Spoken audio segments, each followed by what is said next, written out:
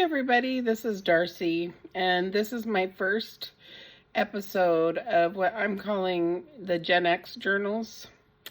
And this one is titled To Hear or Not to Hear. So, I've been thinking about doing an online journal for a long time.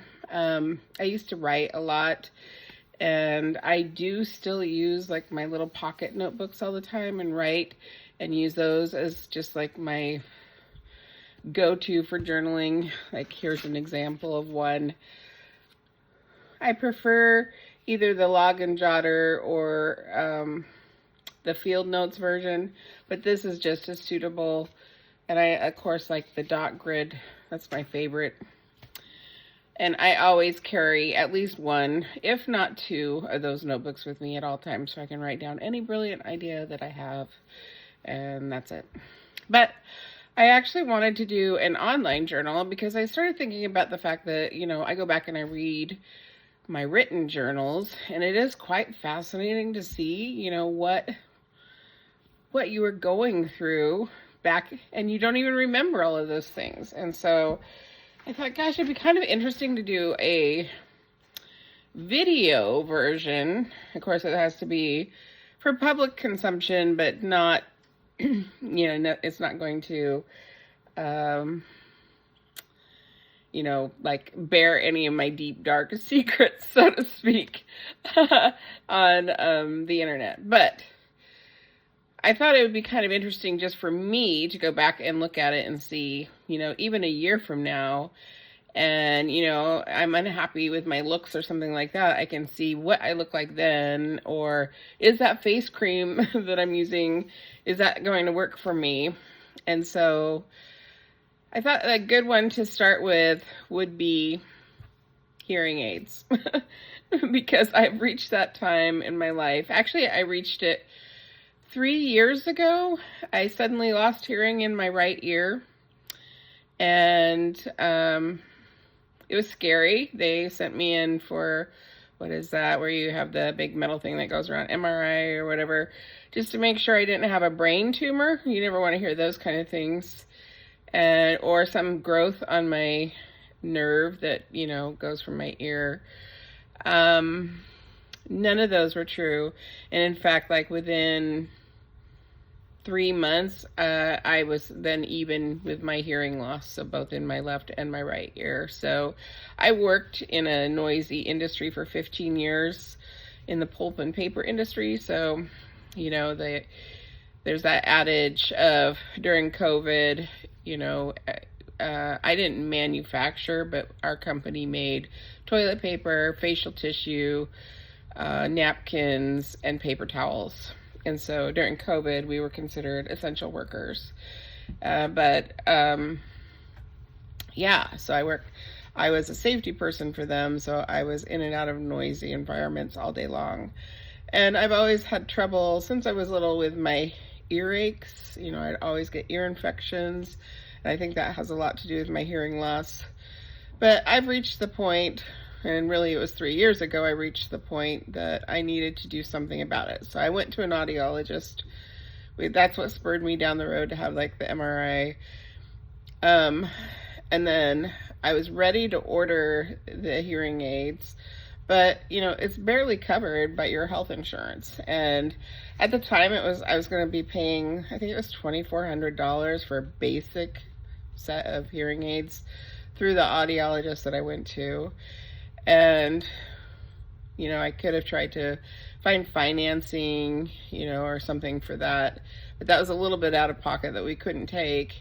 My husband has a lot of health issues, and so we pay a lot for his prescription drugs. And so every year we'll put the maximum into an FSA card, but we end up spending it probably about 7 months in. We've already cleared that balance every year, so it's just not enough. And so there just wasn't an option really, so I ended up having to cancel my order. And I kind of, it started this cycle of fight in my family because I can't hear what my husband's saying, because he mumbles and speaks really low.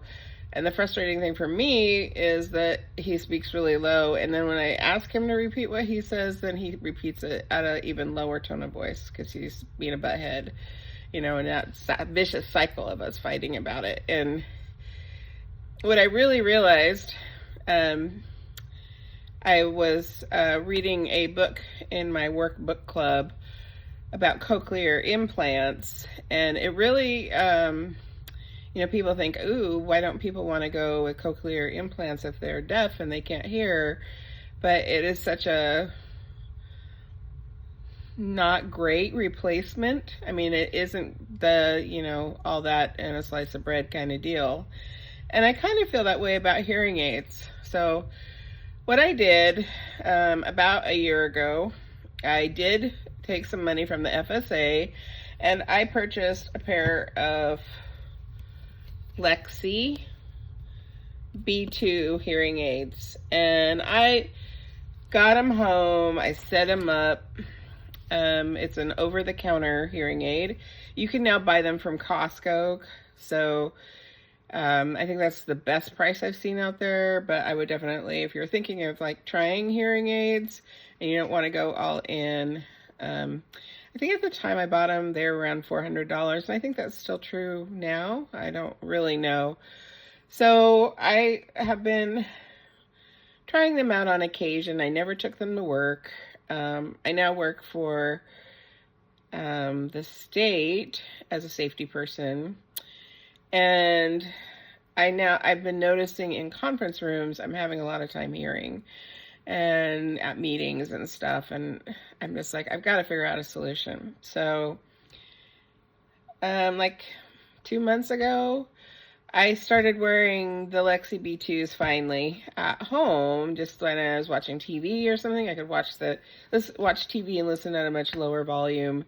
But they're not very high tech, like they can't Bluetooth the sound from the TV into them. And, there's not like a lot of options. And what I wasn't prepared for was the feedback when the two hearing aids were close to each other. And so I finally, I guess a month and a half ago, I was going to wear them out on a job site that I was going and doing an audit of. And when I drove down, I had to drive 1.5 miles from my work location to get there. And that was great. I could hear really well driving. I was getting some occasional feedback, but I'm like, okay, you just gotta, from what I understood, you have to just get used to it. And then when I was there, when I started to put on I had to take it on and off my safety glasses, I lost one of my hearing aids. Yeah. So $400 down the drain. You can only laugh because, what are you going to do? You're going to cry, right? So I called Lexie Hearing, and they're like, well, you opted into a plan for replacement parts, and you still owe like $140 for that. But we'll sell you like a replacement pair of hearing aids for, I think it was like $200. So I was all in with $350. Yeah. But I thought about it and I thought, I probably wouldn't wear these out in the workplace. But they were suitable when I was working at home, and then that would kind of alleviate the problems with my husband of him saying I never listened to him and, that kind of thing. So I kind of consider these my away from work hearing aids. And I have yet to set up this is the replacement pair that came in. But I guess now it's upgraded so you can Bluetooth to your phone and answer phone calls through it. So that's an upgrade. That's really great. But I happen to be talking to my sister, and my sister and I are both haunted by this experience of both of my parents losing their hearing and neither one of them going and getting hearing aids. And so you would walk into their house and their TV would be so loud. It's just like pounding loud. And then they'd want to carry on a conversation and they'd be screaming at each other, sitting in easy chairs, like right next to each other. And then they'd want you to have this conversation with them. And it was just like, I can't hear you guys over the sound of this TV. And so I think we're both like haunted by this. And so my sister, who's I think about 5 years older than me, 5.5 maybe, she mentioned that she finally had to break down and get hearing aids, and she decided to go with the Eargo. Now my sister makes quite a bit more money than me. She's much better at saving her money, so she was much more financially able to get in. So I'm sure she didn't buy the version that I bought. But I was kind of curious about it, so I went out, checked it out, and I ended up with this one, which is the Eargo SE. So it will fit completely inside my ear canal. So I will not be knocking these off. This is a much better solution for me in the workplace. So, and it has like 18 hours on it, you know, where you charge. So much better solution. So I have not opened either package, as you can see. I mean, I'm like, I have these hearing aids, but I just have this reluctance because my experience before with the Lexie Bs, it was like tinny sounding, and it just didn't feel natural. And everything I've read just says you get used to it, the feedback noise, it just sort of all disappears after a while because you're learning to rehear again in this new way. So I've decided I'm going to give the two of these a chance and try. And we'll see.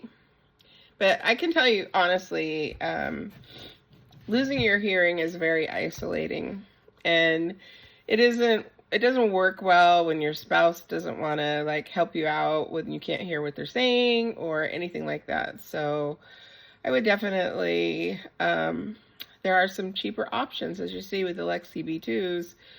It's really awesome. You never even have to go in. If you're never even gone into an audiologist, there's like this Mimi app that you can take a free hearing test from your phone with headset on.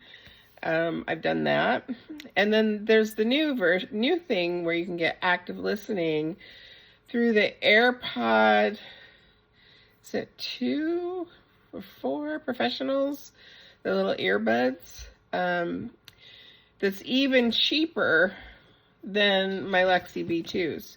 So if this is retailing for around $400, you can get those AirPods that are cheaper, and it allows you to do active listening through your cell phone. And I actually was considering that. In fact, I even went ahead and purchased it, and then I went down this whole road of my regular hearing aids. But I could see that as somebody that's not willing to go take that dive.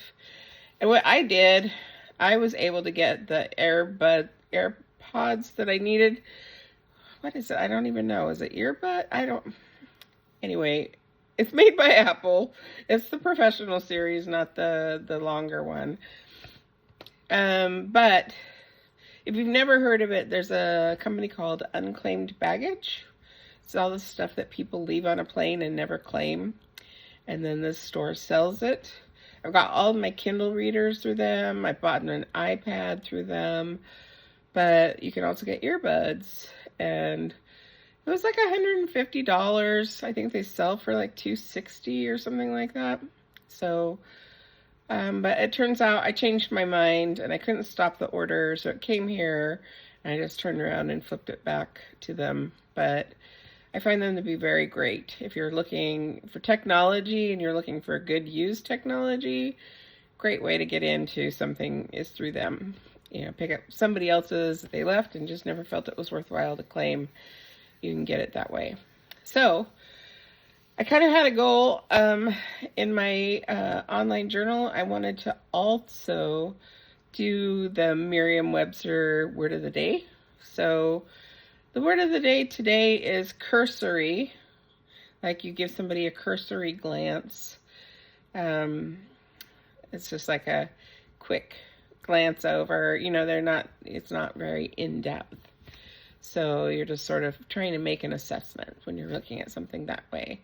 And so that is the word of the day from Merriam-Webster. And fun fact, you can subscribe to it. If you go to the Merriam-Webster Webster Word of the Day page, you can just enter your email I like to do that because I feel like we're getting dumber with television lately. It's like, could they not expand my vocabulary anymore? What's going on? I don't know. Anyway, so this is Darcy. This is episode 1 of what I'm calling my Gen X journals. And this is episode called To Hear or Not to Hear. I'm going to get back to you on which hearing aids I actually like the best. I think, though, I might be onto something with this whole ones that I wear at home versus at work. So, thanks for joining me. Bye.